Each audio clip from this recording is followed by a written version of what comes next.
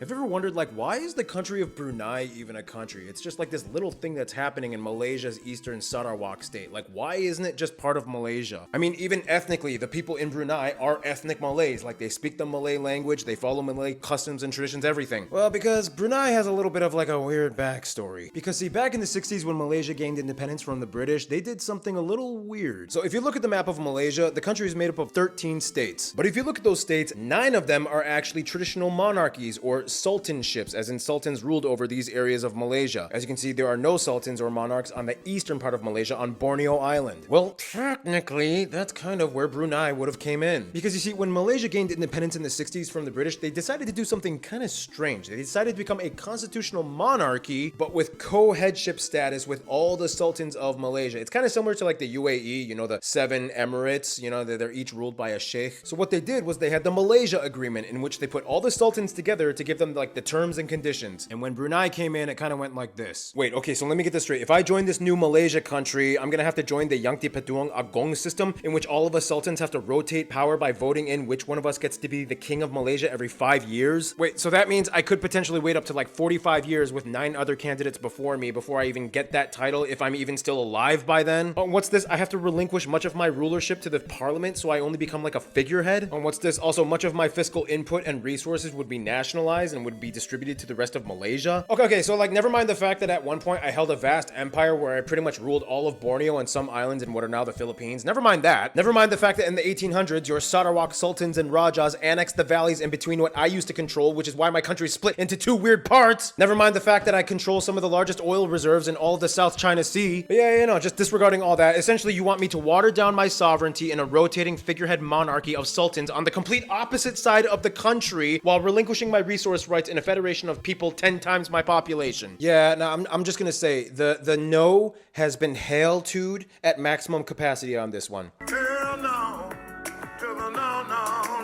Look, just because we have a shared Malay brotherhood and heritage doesn't mean I gotta play your game, okay? I'm gonna do my own thing. Now, if you'll excuse me, I'm gonna use some of that oil money to build a long-ass bridge to connect those 2 parts of my detached country. I'm gonna build some infrastructure so my people have a better quality of life than yours. Also, I have to deliver a new Rolls Royce to my sultan, and also he wants Michael Jackson to perform at his 50th birthday party. Why? Because this is what happens when you don't join Malaysia. But look, we're still cool, Malaysia. Like, I ain't got any beef with you. It's just, I ain't gonna play it your way.